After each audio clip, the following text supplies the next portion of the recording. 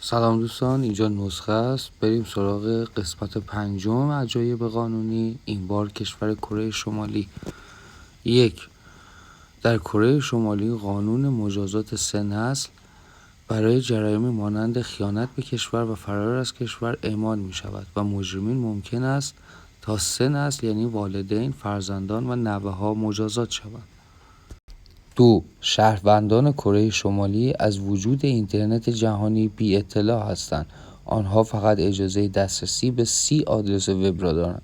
شهروندان کره شمالی ملزم به شرکت در مراسمات حکومتی مانند سالگرد تولد رهبران کره شمالی هستند. عدم شرکت در این مراسمات ممکن است مجازات حبس، تبعید و یا حتی اعدام در پی داشته باشد.